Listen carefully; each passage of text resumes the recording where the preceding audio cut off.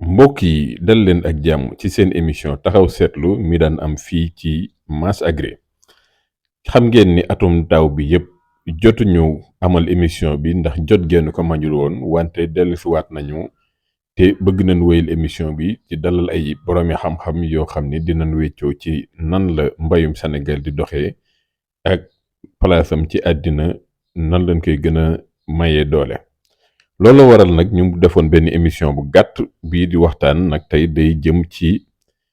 mbënd mi nga xam ni am na ren jóge ko ci Sénégal oriental maanaam région de Tamba Kédougou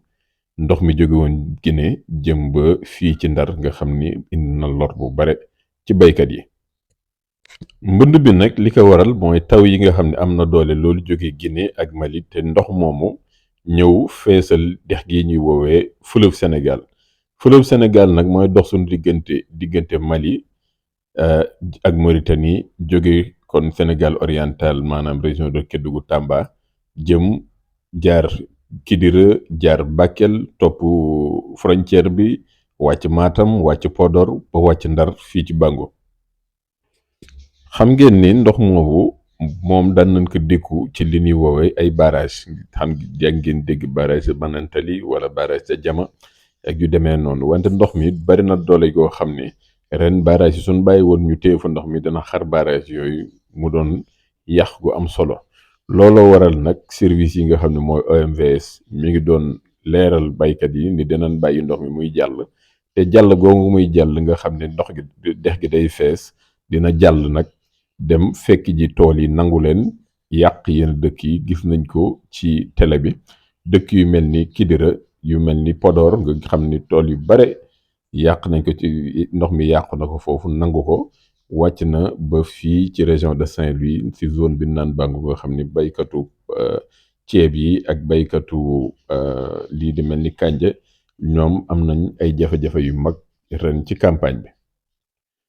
beneen jafe-jafe yi nga xam ni gis nañ ko nag mooy jamono ji nga xam ni mois de août septembre ci la waa Fuuta di teel a jënd ñoom seen semence soble ak yu mel noonu ngir waajal campagne bi mbayum dër bi ndax ñoom ñooy njëkk ci marché bi.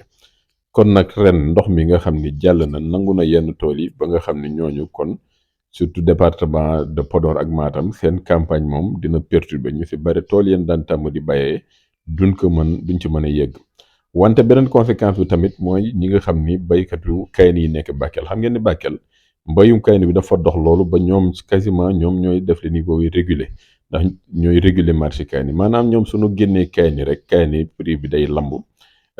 prix bi daanu ndax ni mu koy bayee ñoom dafa bare loolu te loolu mooy tax prix wu kayn bi su waa Bakel yi génnee rek nga xam ni prix bi day wàcc. kon nag ñu ngi ciy gis ni kaani ren mën prix ba mën na yéeg ndax foofu zone yooyu ñu ci bare seen toolu kaani yi moom yàqu na ak yeneen gàncax yi nga xam ne ñu ngi ko fa doon bay.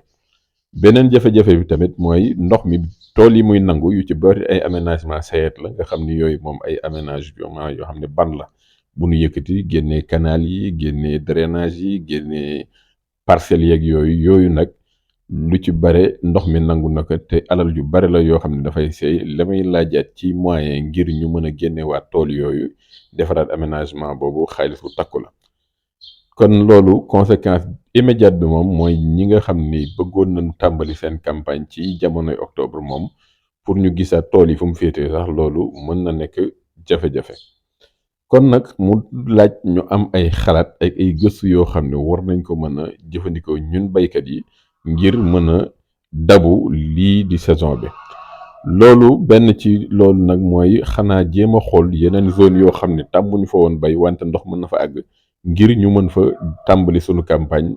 jéem a dabu li nga xam ni mën na nekk. loolu nag day tax ñu commencé di gën a xalaataat mbay mi ci jéeri ji maanaam wàll wi nga xam ne dafa xaw sore ndox mi nga xam ni ñu ci bare suñ fay bay mbayum taw lay doon wala ñu gas teen ngir mën a bay foofu. loolu léegi mat na bàyyi xel lool ngir mën a bokk bañ a am retard yooyu ci campagne yi di ñëw. wante tamit tànn ay variétés yoo xam ne variétés yu gaaw la ndax lu ci bare léegi ci recherche bi maanaam saytu bi gëstu bi ñu ngi faral di indi ay variétés surtout mbayum dër bi yoo xam ni ay variétés hybrides lañ te ñoom seen cycle day gën a gaaw ngir mu gaaw ñu gën a gaaw mën a agsi ci marché bi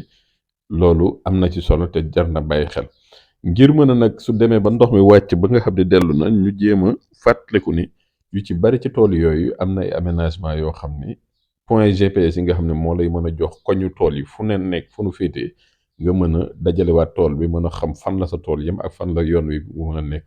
loolu war na mën a nekk ndax xam-xam bi ak xarala yi tolloog jamono ñëw nañ ngir yombal ñu liggéey boobu noonu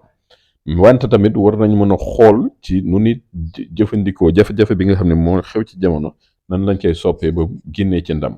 loolu nag moom la ñuy woowee adaptation boobu moom loolu am miin nañ ko fii ci waalo wi ndax